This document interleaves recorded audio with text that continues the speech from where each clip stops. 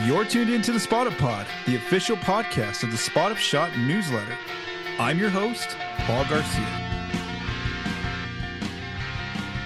In today's episode, the Spurs went 2-2 this past week with wins over Utah and losses to the Rockets and a surprising loss to the New Orleans Pelicans. The Spurs are finally healthy, but do they need to make a change in the starting lineup? And finally, the NBA trade deadline is less than 2 weeks away. Welcome back to another episode of the Spot Up Pod. Let's begin with our first topic, which is going through the last 4 games for the San Antonio Spurs in this past week where the team went 2-2. Let's go back to last Monday. The Spurs are at home hosting the Utah Jazz. The Spurs were heavy favorites by 16.5 points. The Spurs were still without Devin Vassell for this game. The Jazz were without Lauri Markkanen. This was a close game in the first half, but then the Spurs outscored the Jazz by 13 points in the third quarter to lead by 16 going into the fourth. Then in the fourth, it was all San Antonio again. They went on a 19-11 run, led by as many as 24 points, and ended up winning by 13 points. The Spurs won by 13 points. The Spurs' advantages in this game were in 2-point and 3-point scoring. The top 3 players from the game were Victor Wembanyama, ends up with 33 points, 10 rebounds, 2 blocks in 26 minutes. He went 7 of 12 from 3, did Wemby, and he also went 6 of 6 from the foul line.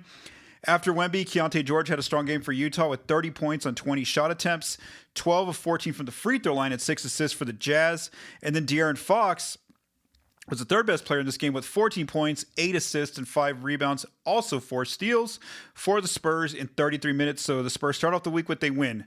Then, right after the game, the Spurs need to head to Houston because they have a back-to-back in Houston on Tuesday at Houston for the first time this season.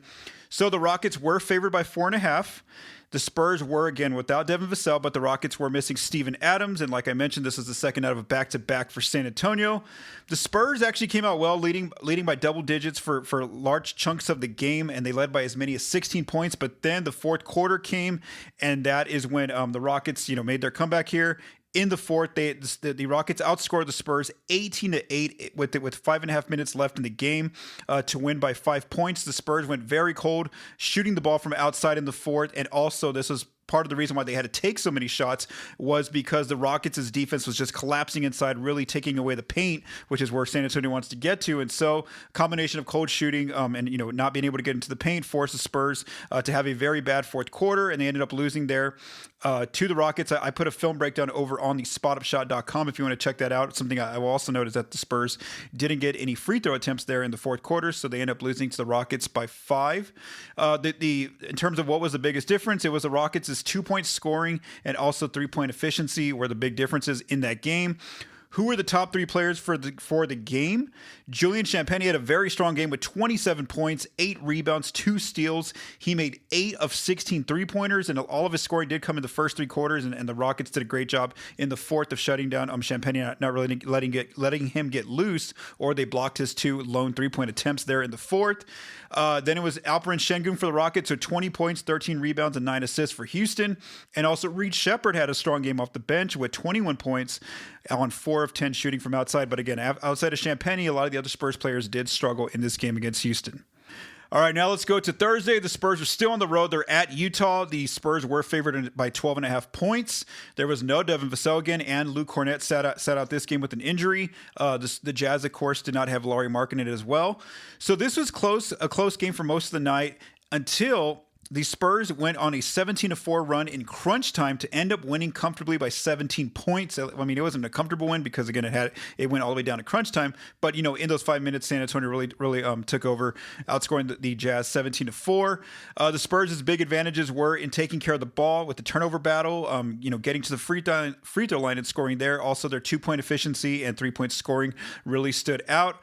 Who were the top 3 players in the game? So for the Spurs, it was De'Aaron Fox, ends up with 31 points, 5 rebounds, and 5 assists, goes 6 of 9 from 3, and he was key in crunch time, scoring 9 points there for the Spurs in crunch time.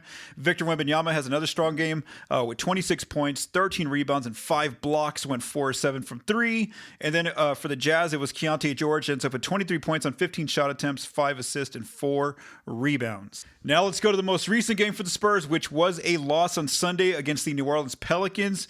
So the Spurs were favored by 11.5 points. Devin Vassell finally returned from injury, but he did come off the bench, and he's going to be on a minutes restriction for a bit here.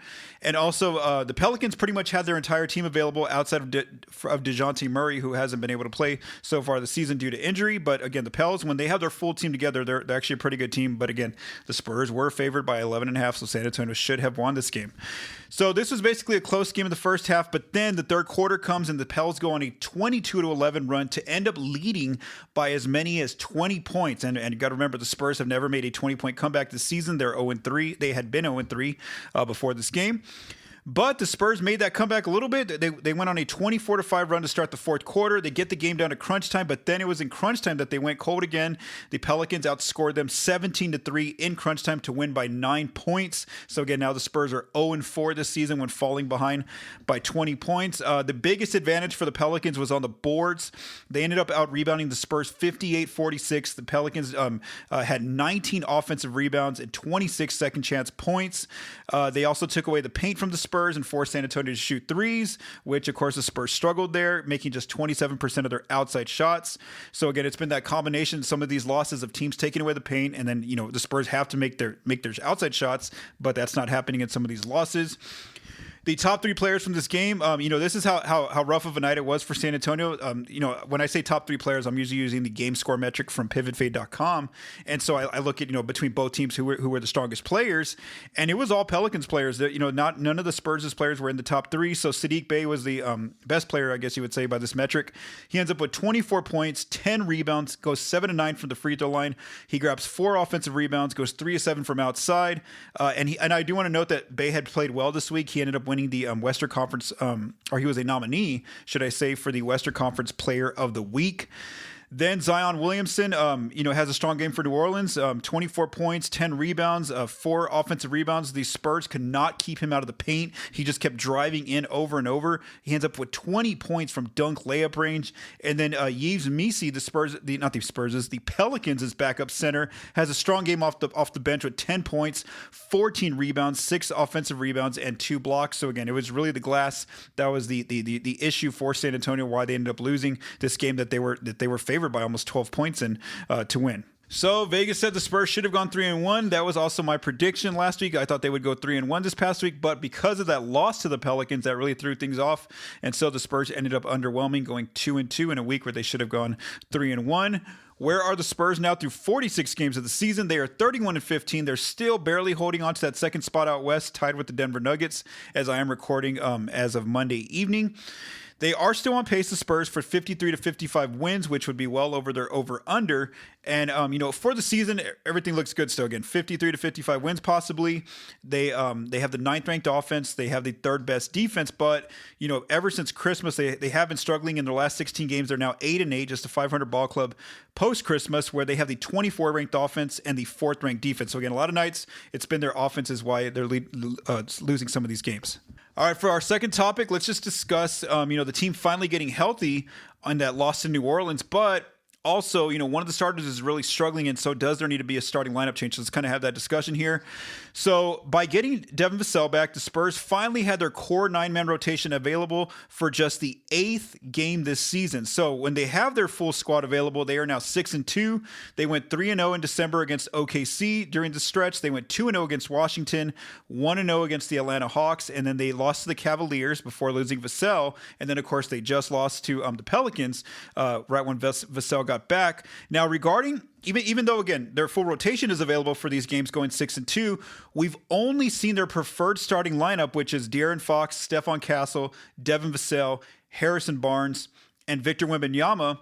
With the other 4 players, in the bench rotation, we've only seen that full 9-man group together for one game, and that was that loss to the Cavs. The reason why is because Wemby for a lot of these games was coming off the bench in December, so Luke Cornett was starting at center when they had their full 9-man rotation available. Or, as I just mentioned in that loss against the Pelicans, Devin Vassell, he's going to be coming off the bench initially, as he continues to get off this minutes restriction and get back into playing mode here.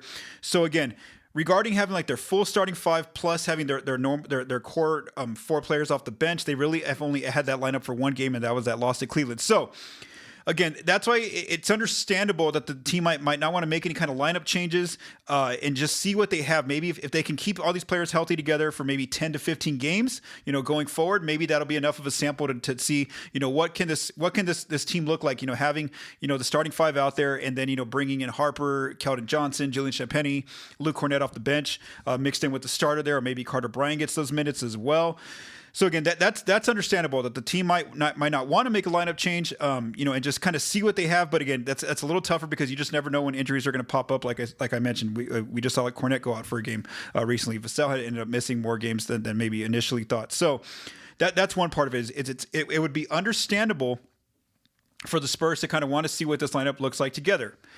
However, as I mentioned earlier, one of their starters has been struggling lately, and that's been Harrison Barnes. And so one of the players who's currently starting in place of Devin Vassell, Julian Champagnie, he's been playing really good basketball. And so that's where that question kind of just starts to pop up is, eventually do the Spurs need to look at a lineup change of, obviously we know Devin, when he gets back to, 100%, he's going to end up starting again. So then it's a question of, maybe do the Spurs want to try to slot Barnes out of the starting lineup and add Champagnie there. So let's just kind of look at that kind of question right now. So in the last 20 games, and I'm getting this information from pivotfade.com, and again, this is the bigger sample size. PivotFade does, do sample sizes of the last 5 games, the last 10 games, or 15 or 20. And so 20 is a pretty big sample size here. So let's just talk about Champagnie in the last 20, how he's been kind of thriving here.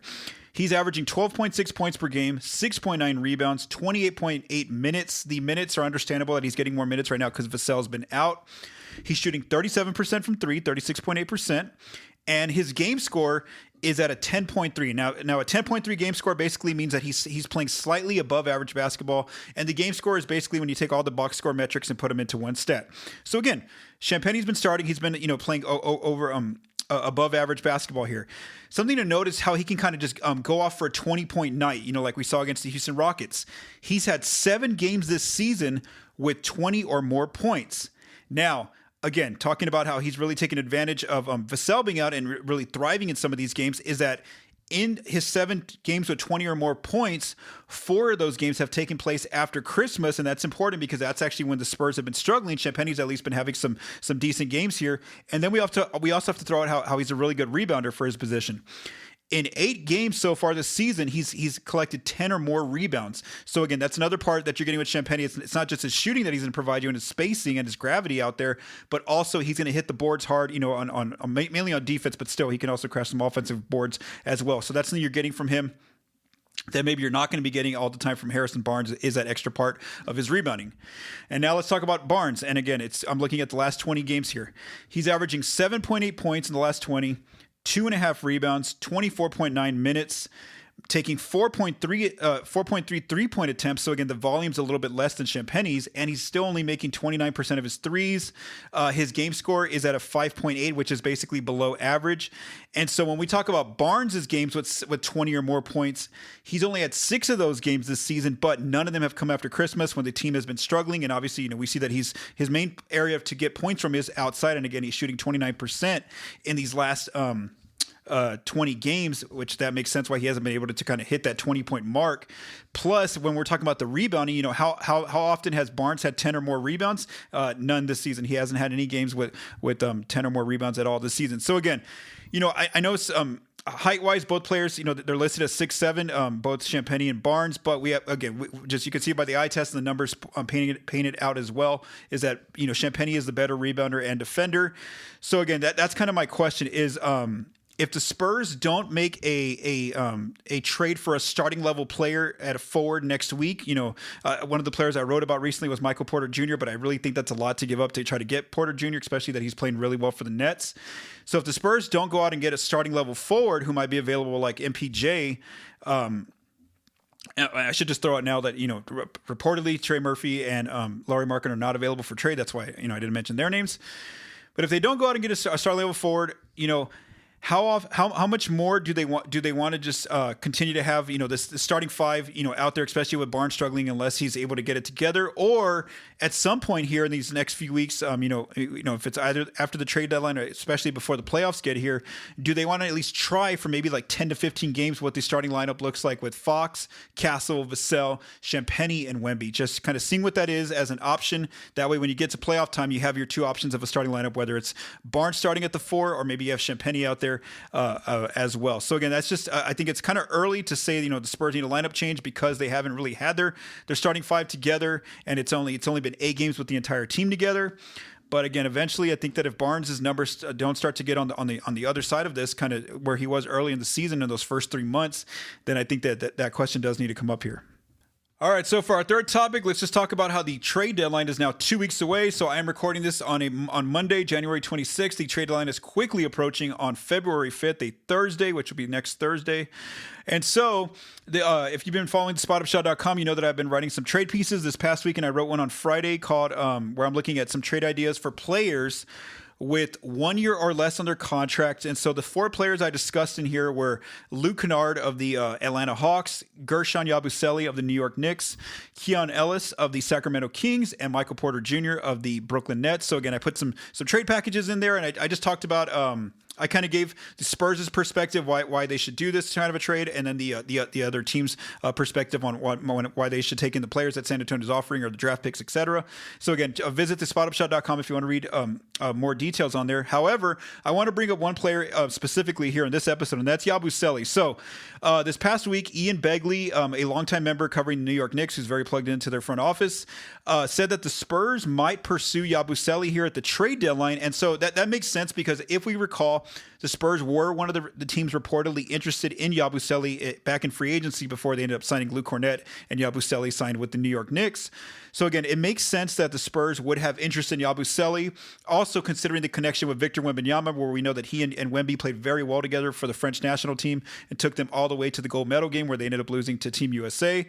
So again, it makes sense why the Spurs would be interested in Yabusele. Now, I do want to note that Yabusele, he just hasn't quite fit in with the Knicks this year. He's not having the kind of season he had last year with his Philadelphia 76ers, which earned him that contract to sign with the Knicks. So that's something to remember, is that right now Yabusele is not playing at the level that he was a year ago with the 76ers. So what does the trade idea look like that I wrote about here? I said Yabusele, who's making $5.5 million this season, combined with Pacome Dadier, who's making $2.8 million on a rookie scale contract, for Jeremy Sohan, who's making $7 million. So what is the Spurs' perspective here? Why they should do this? So again, there's been reports that the Knicks want to try to combine Yabusele and Dadier together to try to get a player, an impact player. And so one thing to keep in mind regarding the Knicks' cap situation is that they're only $148,000 under the second apron hard cap. So it's, they can never cross that hard cap line, which is why, they got to basically take back less money if they try to do a trade here. And so what the Spurs could do is they could give Yabusele a chance to see if he can kind of revive his season here and kind of play closer to that level he was at with the Sixers, playing in a bench unit alongside Dylan Harper, Julian Champagnie, Keldon Johnson, and Luke Kornet, and then of course getting in some lineups next to Wemby as well. And the Spurs can basically, again, use that second half of the season here to see, can he get closer to that player he was a year ago with the Sixers? 11 points, 5.6 rebounds, shot 38% from 3. Can they get him back to that level? And if not, then they still have their same core rotation in place where they're basically playing 4 players plus Carter Bryant if it doesn't work out for Yabusele. Now regarding getting Dadier, they could also he's only on a rookie scale contract, and obviously the Spurs have a lot of players there at the guard and wing position, so he's still very raw as well. So the Spurs could just send him to Austin for a year or two and let him develop and hope that he can turn into like a wing shooter maybe in a year or two. So again, that's that you get him, and he's also in a rookie scale contract. So again, that would be the Spurs' perspective for looking at maybe getting Yabusele. Now the Knicks' view for getting Sohan is that obviously their defense is the area where they're really struggling this season, and so Sohan, that's his key hallmark. That's what he's known for, is his defensive ability, his versatility, specifically as a forward who can guard like guards and wings and bigs at different times. Plus, the Knicks can almost do like what the Spurs would do, where the Knicks can let Sochan, join the rotation, play out the second half of the season, go into the playoffs, see where they finish. And if the Knicks like what they saw from Sochan, well, then he becomes a restricted free agent, and the Knicks also have his bird rights. So if, they can let him go test out the waters in restricted free agency, if, where it gives them the ability to match whatever deal offer sheet he signs, or if Sochan really likes playing with the Knicks and the Knicks like him a lot, well, then they can just skip restricted free agency, and basically when it's time to sign a contract, both sides can just work out a new deal together because the Knicks would have his bird rights. So again, it's a trade that I think makes sense for both teams. If the Spurs were wanting to see if Yabusele can kind of get back to that level he was at with the Sixers, again, that is more of a gamble because he isn't playing right now at the level he was at last season. And again, this is in the event that the Spurs do intend to move on from Sochan this summer. Then on Saturday, I wrote a piece, again, looking at trade ideas for 3 players with 1 year or less on their deals, but who might be available, where I couldn't really find any clear reporting that they're available, but again, might be available. So the 3 players I mentioned here were Ayo Dosunmu, guard/wing from the Chicago Bulls, Klay Thompson, of course, of the Dallas Mavericks, and then Gary Trent Jr. So again, I put some trade ideas together. I looked at the Spurs' perspective, the other team's perspective, and seeing, where could they kind of find that middle ground on a trade. And so again, with the trade deadline coming up, I do want to mention to visit the spotupshut.com, subscribe to the newsletter, because I will be continuing to write some upcoming pieces this week, and then also early on going into next week before that trade deadline does get here on February 5th. Let's keep going. Real quick for our 4th topic, let's look at some news and notes regarding the Spurs. So, last Monday, Victor Wembanyama was named a Western Conference All-Star starter, barely squeaking in the voting, past Anthony Edwards for that starting spot out west. And also joining Wemby at All-Star Weekend will be Stephon Castle. He was selected as a sophomore for the Rising Stars game. Dylan Harper was selected as a rookie for the Rising Stars game. And then David Jones Garcia was selected on the G League team for the Rising Stars game. So there's going to be some sort of like draft for selecting 3 teams of sophomores, rookies, and the G League players. And then they're going to compete like a little tournament format at All-Star Weekend, kind of similar to what happened last year. So again, keep an eye out on Tuesday. I think we'll find out exactly what teams Castle, Harper, and David Jones Garcia will be on. And on Sunday, February 1st, the All-Star reserves will be announced. We'll see if De'Aaron Fox and Stephon Castle make the team out west. Back in early December when the Spurs were really rolling, I thought one of those 2 guards had a really good chance of making the Western Conference All-Star teams. But after listening to national media and also the fact that that Castle and Fox's play has kind of been up and down a little bit here the last 20 games, just like the team, almost like a roller coaster. Again, I don't think that either player is going to make the reserve team, but again, we'll see. The NBA head coaches do decide the reserves. All right, so close out this episode, let's look at the Spurs' upcoming 3 games for this week. So before I dive into the games, let's just talk about where the Spurs are, how the Spurs are doing, because that's how I'm going to kind of compare these teams. In their last 10 games, the Spurs are 6-4. They have the 21st ranked offense and the 3rd ranked defense. So on Wednesday, they travel to Houston again. They're going to play the Rockets for the 3rd time this season. The Rockets are 5-5 in their last 10. They have the 23rd ranked offense, so struggling on that end, just like the Spurs. And their defense has actually slipped here. They're 16th on defense. I'm going to take the Rockets, though, in this game. I think it's going to be another one of those close, playoff type games for both teams. And so I just think it gets down to crunch time, and then that's where Houston kind of pulls away. So I'm going to go ahead and take the Rockets in this game. Although data-wise, I think I should have picked the Spurs, but we'll see. Then on Saturday, the Spurs travel to Charlotte to play the Hornets for the first time this season. The Hornets are playing very good basketball right now. They're 6-4 in their last 10. They have the 1st ranked offense in these last 10 games and the 5th ranked defense. And I know that, again, numerically, the numbers say in these last 10, I should pick Charlotte, but I'm going to go ahead and take the Spurs. They are the better team overall when we look at the whole season. But it wouldn't shock me, though, if the Hornets end up winning this game. But again, I'll go ahead and take San Antonio on the road in this game. And then on Sunday, the Spurs return to San Antonio for the second out of a back-to-back. They are hosting the Orlando Magic, who they defeated earlier this season on the road. The Magic are struggling right now. They're 4-6 in the last 10 games. They have the 24th ranked offense, so just like the Spurs and Rockets, they're struggling on offense. But also their defense has slipped. They're 27th right now in their last 10. They're really struggling there. So you combine all those factors. I'm going to go ahead and take the Spurs in that game against Orlando. So again, I think the Spurs will go 2-1 this week. Again, I'm picking them to beat the Hornets and Magic, lose to the Rockets, but I could also see the reverse where maybe they beat the Rockets and the Magic and they lose to the Hornets. But either way, I think they're going to end up going 2-1 this upcoming week. Thank you for taking the time to listen to this episode of the Spot Up Pod. If you like what you heard, please subscribe and leave us a rating on your favorite podcast apps and our YouTube channel. The Spotted Pod is recorded and produced by Paul Garcia. The music for this episode was written by Vincent Garcia and Paul Garcia. Thank you for listening and have a great day.